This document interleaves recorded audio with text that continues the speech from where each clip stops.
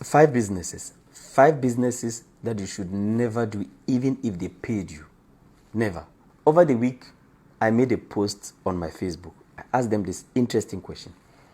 I said, if you could have all the capital that you need, what business would you actually do? And interestingly, 300 people responded. It will interest you to know that most of the businesses that we think are businesses are not really businesses. And I'll come to this in a minute. But before that, I want to tell you 5 principles that if you're a businessman, if your business does not follow these 5 principles, then it is time to get worried.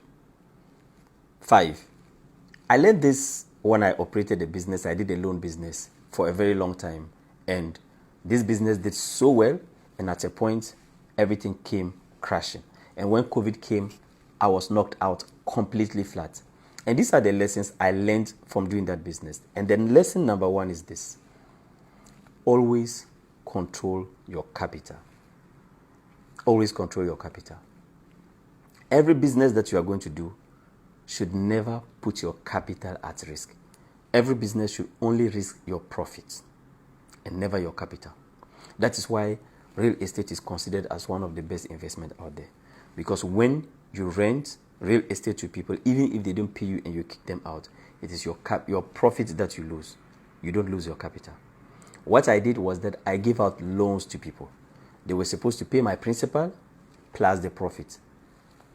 Most of the time, they didn't pay the profit and they didn't pay the principal. Any business that you want to do, the question you should always ask yourself is that this investment or this business I'm going to do, will it ensure that my capital is still around in 60 years, in 50 years, when I'm 60, when I'm 70? Every capital that you have right now, you should actually look at it as money that is going to be in your life when you are 60 years, when you are 70 years old. And if you have this understanding, you can invest in even other people's businesses. Is the business such that your capital is protected? Does the business have real assets? Because the only assets my business had was the loans we were giving to people. The loans themselves were the assets. And once we lost money on the loans, we lost assets of the business. So does the business have assets such that it is its profit that it loses? The second mistake that you can make as a businessman is if you fail to make this observation. Businesses where people pay before they receive the service will always outlive businesses where people receive the service before they pay. I don't want to impose my opinion on you. Put this to test. Observe this. Most businesses where people pay before they receive the service. In fact, it is the way you are able to keep your business. When people pay you money before you offer the service, if you are an ethical, honest businessman, it should be easy for you to grow your business from there.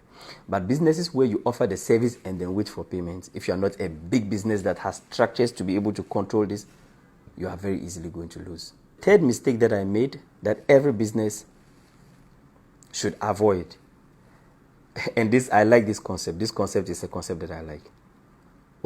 I'm always against debt, any form of debt. If you are going to take any form of debt, avoid taking any form. But if you have to, because I know people, I have friends who operate on debt and it works out fine. I personally am against debt because of the situation I had. But if you have to take on debt, make sure that you are outside of debt, not inside of debt. Outside, not inside. Inside of debt means that you have, let's say, $2 and you have gone to borrow $3 to add to your business. It means that the money you have actually borrowed is more than the money that actually belongs to yourself. Being outside of debt is to have $3 and borrow $2. That means the debt is inside you. You are outside of the debt. Okay, you are not inside of the debt. The point is to be outside of the debt so that if you have a problem, you can always find yourself, because it is money you have actually ever made. You are used to, you know how to make that money. You can make it again. But if you are inside debt, like what happened to me, I was operating my business. It was doing so well. And I went around and borrowed money, took money from everyone, and people were happy because I had a good reputation. They were happy to give me their money. And I actually took on more money than I actually had. So when that happens to you, when you lose your business, you're actually grieving the fact that you have lost your business. And now you have to pay money to other people. More than money, the amount of money you have to pay to the people will be more than the money you have actually ever made in your life. That means that the first time you make that money, it doesn't even belong to you. You have to give to other people because you have never made that money in your life. And you don't want to be in this situation where you have to pay people money you have never made. You want to always be, you have $3, you have been able to make $3, then you borrow $2. You actually know how to make $3. So that when you lose, there are $2, even if you lose everything, you can make it again. It's easy for you. Done. The fourth mistake that you should never make as an entrepreneur, and you know this already because I've made a video about it, is always try to respond to a demand. Don't try to create a demand. Try to respond to something that people want already. Then you come and you say, this is the solution. This is my offer. Don't try to create, and that's what I did. I didn't give out loans because people actually wanted loans and they were asking for it. I gave out loans because I wanted to grow. I had my money and I wanted to grow my money. So I approached people and said, do you want a loan? Do you want? So I had situations where somebody came to take a loan. A friend of theirs escorted them to come take the loan and they ended up taking a loan themselves. I was giving to basically everyone, okay? With no, because I was taking passport, it wasn't even solid.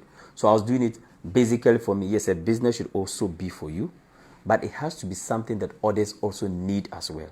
So this I won't, because I already have a video about this, so I won't explain this a lot. Fifth criteria that your business has to absolutely respect is that your business should have a lot of cash flow. There's a big difference between cash flow and profit. And the mistake a lot of people have is that you have a business that makes profits. It makes profit, all right, but it doesn't have cash flow. Profits is what I give money to people. If you buy something cheaper and you give to someone more expensive, even if the person hasn't paid you yet, it is sort of a profit that you have made because the person is supposed to pay you more. So you have profit. But cash flow is the moment where they give you the money. So you have to have a business where the money comes inside the business. It shouldn't only be about profit, because you can be a profitable business that is bankrupt. And when my business was falling, I was making so much profit. I was making so much incredible amounts of profit because I had given out more loans. But in actual fact, I didn't have money to operate. You are bankrupt. You don't have money to operate, but you have profit. And then you have to now find a new business going around looking for your money. So it is always important to do a business that is cash flow friendly, not profit. It's not all about profit. Cash flow sometimes is even more important than profit, quite honestly. Except that, yes, every business should make profit, basically. Now, I said that I was going to tell you why I said a lot of the businesses that we call business are not businesses. Most of the businesses that most people, and you can look at the Facebook post that I made, that most people call businesses are not really businesses. They are just jobs people have created for themselves. Jobs people have created for themselves and they call a business. The aim of a business should be that a business should grow. Otherwise, you should just get a job.